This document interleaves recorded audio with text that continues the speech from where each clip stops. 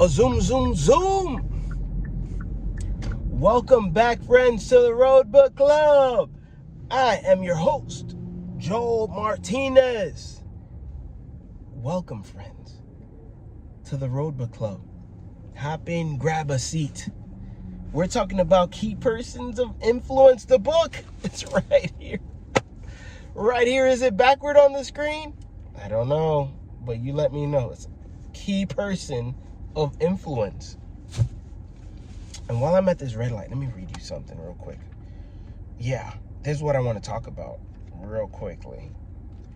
Give me a second if I can find it, right? People who failed to claim a piece of land wandered around aimlessly, doing odd jobs for the people who own the land. That was what I highlighted in my book. The idea is niches and micro niches are the new land. The British colonized Australia in 1800s, and many people became newly rich because they had land. Now this is where I'm paraphrasing. We're coasting now, baby. They became newly rich with the land that they bought and that they found and that they claimed. They put the flag in the ground and they said, this is my land. And then what they did is that they tended to the land, they harvested, you reap what you sow. That's what I'm thinking of. And they harvested the land, and they were able to make fortunes from that, providing products for other people. But this story, it talks about another group of people. They're called swagmen. Swagmen then wandered around with their swag bags, which were sleeping bags, that they would go to the different people who had the land and offer their services and work for them. And they would work here and they would work there, and they would say, hey, you pay me and I'll be able to lend a hand in whatever you need. Yeah, let's make that a little bit straighter, I think.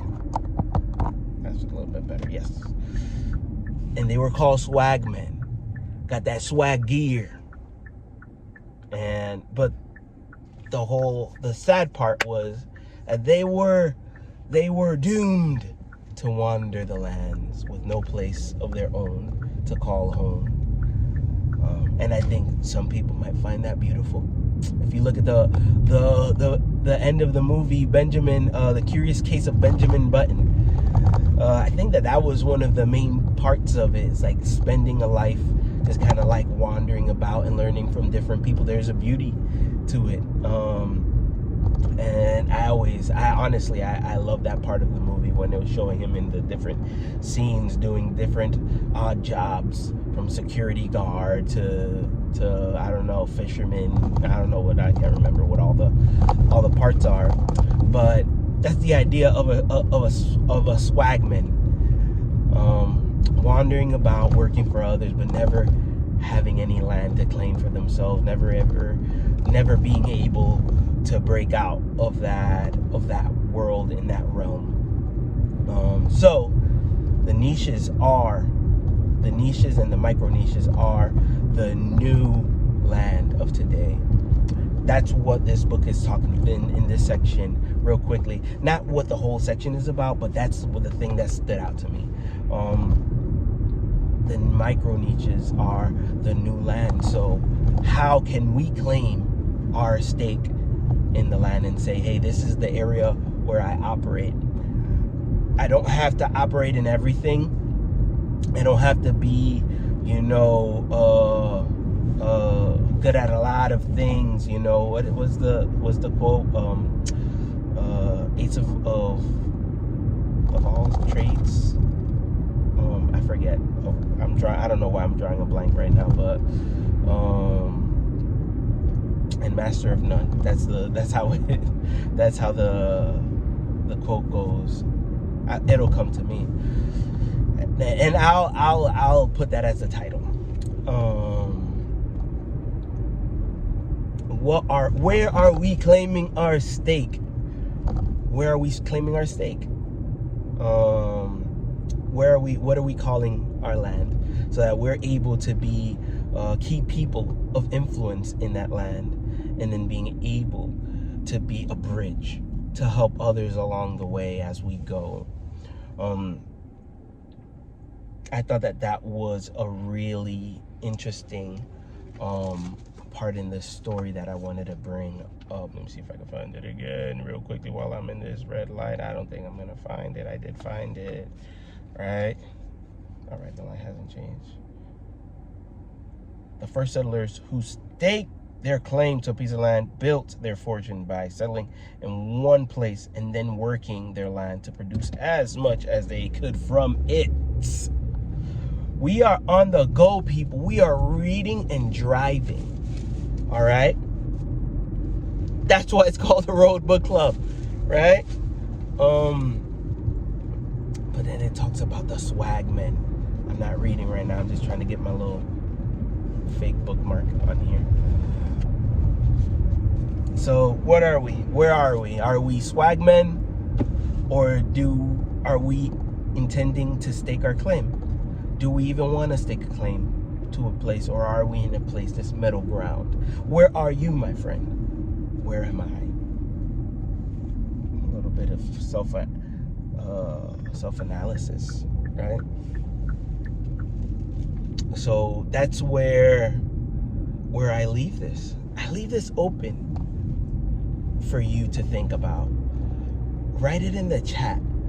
Tell me about an industry where you want to stake your claim, and why. Why do we even want to stake our claim? Is it just for money, or is it something beyond that is motivating us? I think that's a good thing to try and understand, so that we're able to have longevity in the work that we begin and that we continually work on.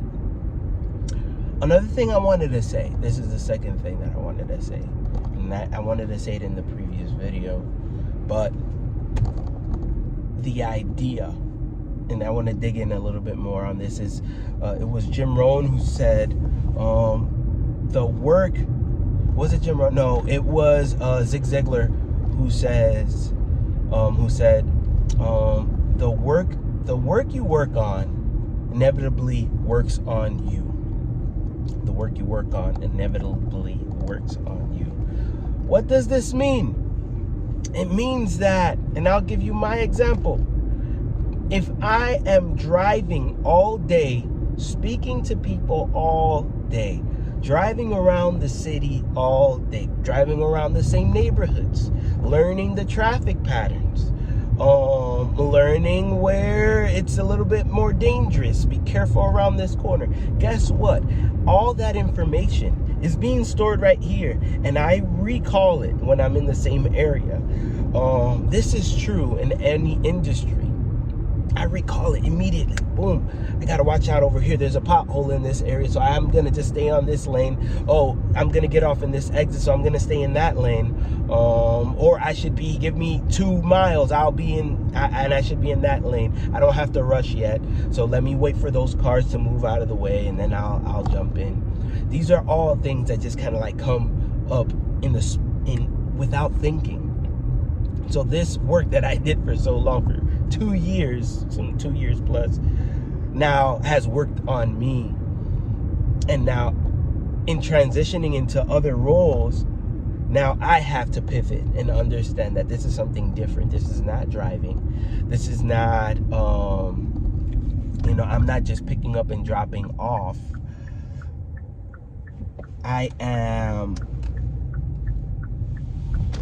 I'm operating in a different area. So I want to leave you with that quote today.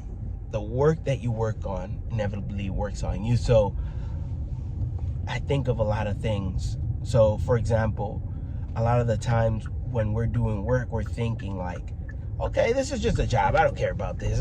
I'm just going to make money. It's not that simple. It's not that simple. That's not how the mind works. while if people are stealing and if people are, doing illicit work, that work is gonna work on you, and that's gonna come right back. For people who are doing illegal things. That it's not just making money. It's not just making a lot of money. I'm reminded of a nurse. I think I just passed the exit or somewhere over here. I'm reminded of a nurse. I'm gonna hop back on here and I'm gonna continue from the nurse. Bye. Be right back. There was a nurse that I was picking up. Well, she was studying to be a nurse, clarification, and she was just finishing up all her licensing and the test and the permits that she had to go through. And super nice.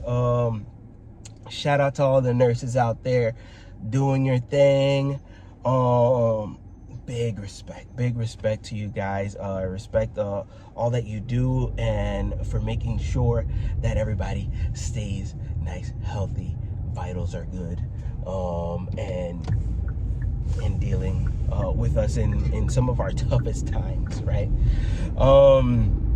And there was this nurse, and she was telling me, like, yeah, I'm almost done. I'm excited to get licensed, and then I realized that, like, she was a little bit older, and we get to talk, and she was like, yeah, no, I did some mistakes, early on, and I've learned from them, and this is kind of like a second chance for me. And she was able to go back and get her career in line, and she did her time for whatever she did, and then was able to, like, get back to it.